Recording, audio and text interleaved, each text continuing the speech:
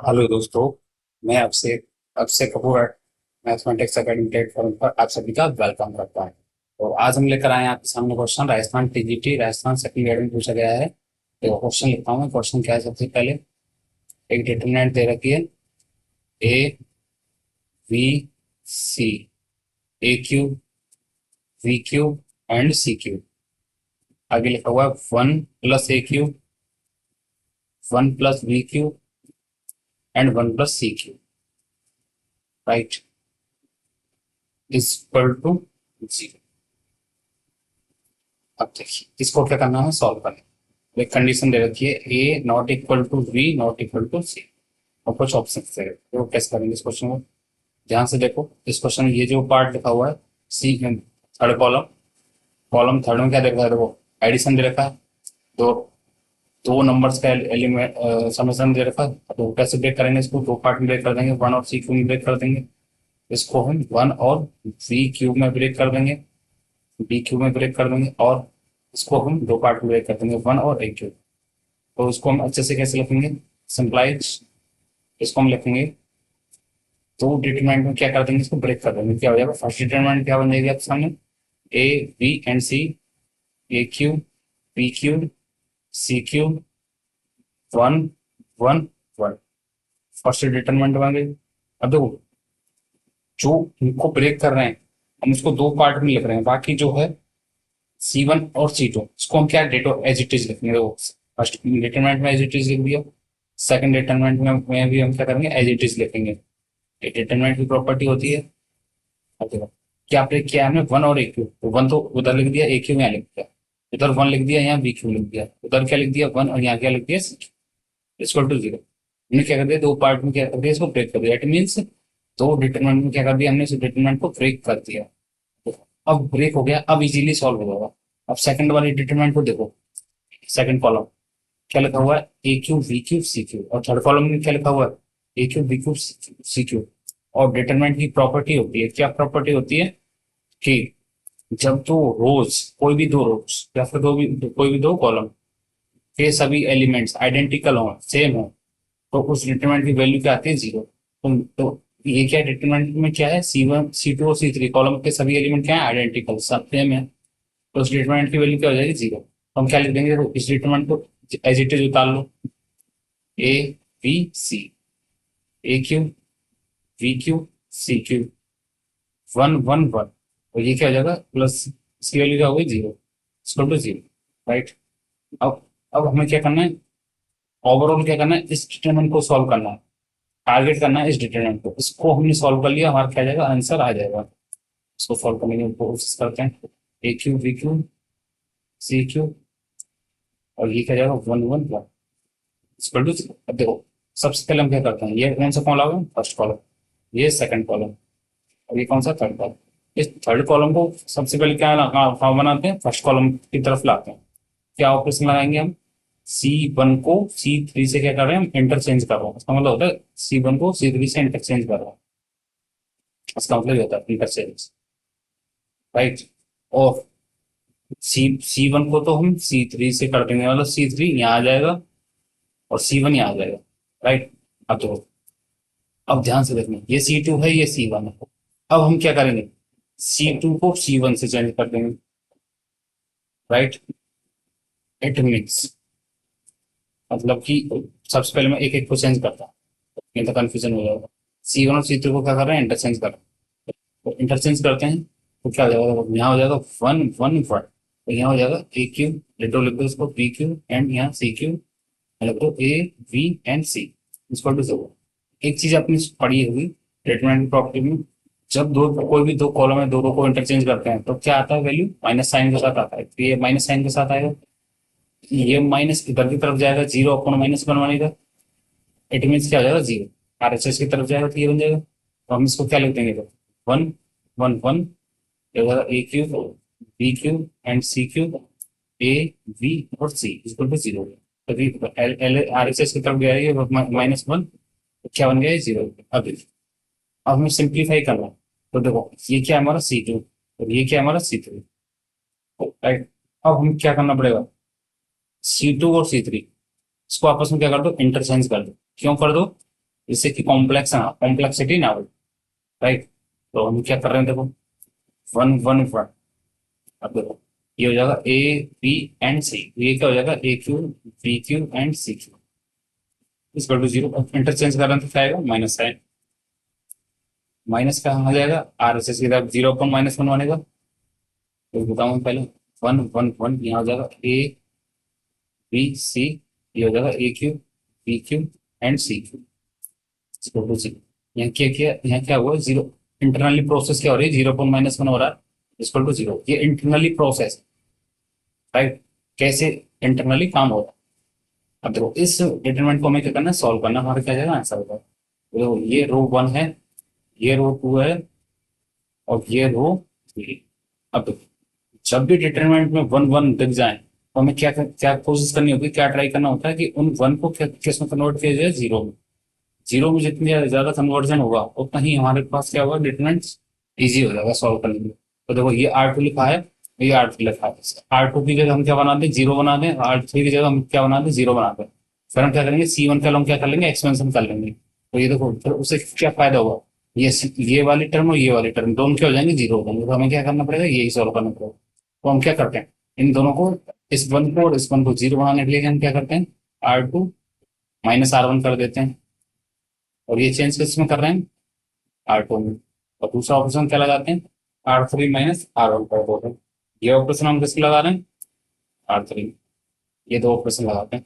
तो अब चेंज किसमें हो रहा है, R2 R3 में हो रहा है। इट मीन R1 में कुछ चेंज नहीं हो रहा, तो R1 को डिटो लिख लीजिए, इसलिए डिटो। अब देखो R2 -R1 करता है, और जो भी ऑपरेशन परफॉर्म हो R2 में जाएगा। देखो 1 - 1 क्या हो जाएगा, 0 हो जाएगा। तो V - A लिख दीजिए, ये क्या हो जाएगा, BQ - AQ लिख दीजिए, BQ - AQ। ये ऑपरेशन परफॉर्म हो गया, राइट। ये दो ऑपरेशन थे, मैं बॉक्स में क्लोज कर दे रहा हूँ। अब ये वाला ऑपरेशन परफॉर्म करते हैं। तो ये वाला ऑपरेशन परफॉर्म करते हैं, मीन R3 -R1 करेंगे, 1 - 0 हो जाएगा। ये क्या हो जाएगा, C - A हो जाएगा। तो ये क्या हो जाएगा, CQ - AQ हो जाएगा इक्वल टू 0। अब देखिए ये क्या लिखा हुआ है, C1। साइन कन्वेंशन क्या होता है आपका, प्लस माइनस प्लस, यही होता है। अब हम क्या करते हैं, एक्सपेंशन करते हैं, किसके अलाउ, C1 के अलाउ, एक्सपेंशन अलोंग C1। क्या काम है, देखो करते हैं एक्सपेंशन। साइन कन्वेंशन यूज कर रहे हैं, 1 हॉरिजॉन्टल और वर्टिकल रिमूव करो, बाकी लिख दो B - A CQ - AQ, ये हो जाएगा C - A, और ये हो जाएगा CQ - AQ। -0 हॉरिजॉन्टल और वर्टिकल रिमूव कर दो, क्या बन जाएगा आपको सामने, AQ। देखो इसके हॉरिजॉन्टल वर्टिकल रिमूव करनी, क्या हो जाएगा, AAQ C - A CQ - AQ plus 0, ये वाली 0 नेक्स्ट वाली, हॉरिजॉन्टल वर्टिकल रिमूव कर दो, क्या हो जाएगा, AAQ, और क्या हो जाएगा, B - A BQ - AQ equal to क्या लिखा हुआ है, 0। अब देखिए ये वाली टर्म 0 बन गई, क्यों, 0 से मल्टीप्लाई हो रहा है, तो ये भी टर्म 0 बन गई, क्यों, 0 से मल्टीप्लाई हो रहा है। इट मीन ये वाली टर्म बची है ओनली। तो ये बची है, इसको लिख दो पहले, B - A VQ - AQ C - A CQ - AQ। देखो ये दोनों टर्म 0 बन गए, तो क्या बचेगा हमारे सामने, 0। स्टार्ट टर्म क्या लिखा हुआ है, 1 से मल्टीप्लाई हो रहा है, तो 1 से 1 लिखो, क्या मतलब वो बात है कि अभी डिटरमिनेंट है, डिटरमिनेंट की क्या आती है, वैल्यू आती है। वैल्यू कैसे आती है, इस तरह सॉल्व करने पर। तो हम सॉल्व करते हैं, तो क्या लिखते हैं, B - A को मल्टीप्लाई कर दो उससे CQ - AQ के साथ, राइट, माइनस साइन लगा दो। अब इसको मल्टीप्लाई कर दो C - A को VQ - AQ के साथ इक्वल टू 0, राइट। अब मैं इसको सॉल्व करना, देखो इसको हम B - A को B - A ही लिख दो, इसको हम क्या लिखेंगे, तो इसका फॉर्मूला होता है, क्या हो जाएगा, C - A फॉर्मूले से C² + A² + AC। ये किससे आया है, फॉर्मूले से। ये क्या होता है, हमारा फॉर्मूला होता है, राइट। अब अब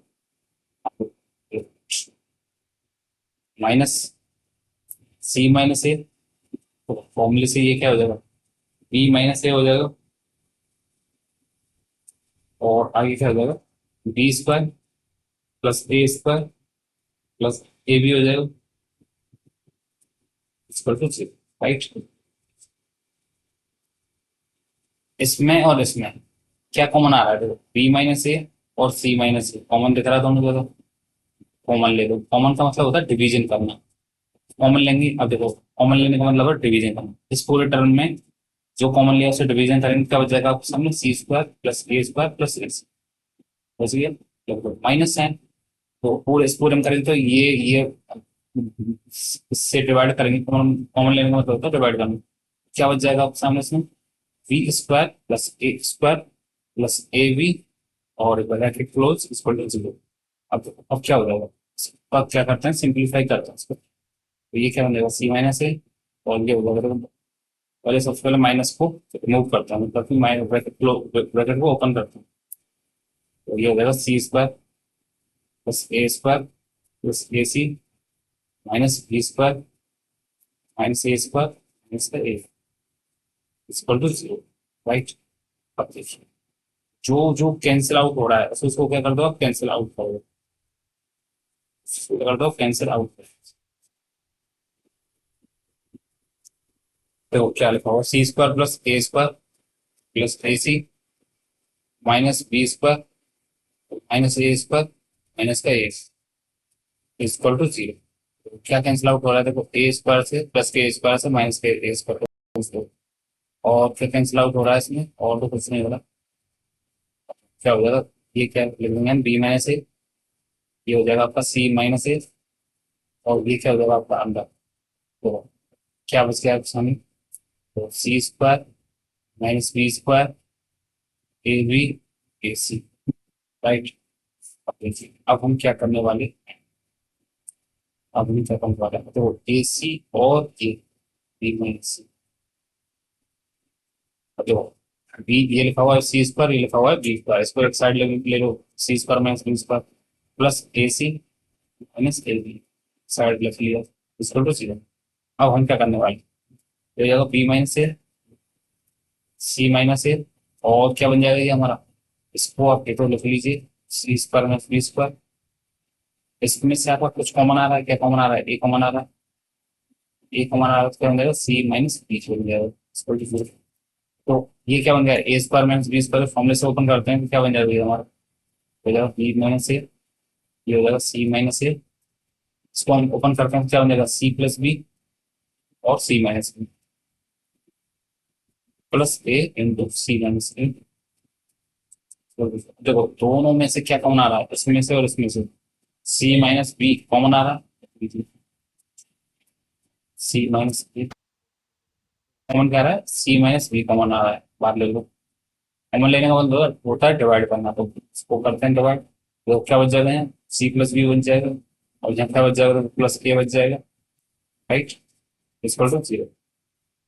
अब देखिए अब इसको और अच्छे से लगते हैं, क्या हो जाएगा, B minus A C minus A C minus B, इसको अच्छे से लिखते हैं A plus B plus equal to 0। अब देखिए अब देखो या तो ये 0 हो या ये 0 हो या ये 0 हो या ये, तब ये क्या बन जाएगा, 0 बन जाएगा, राइट।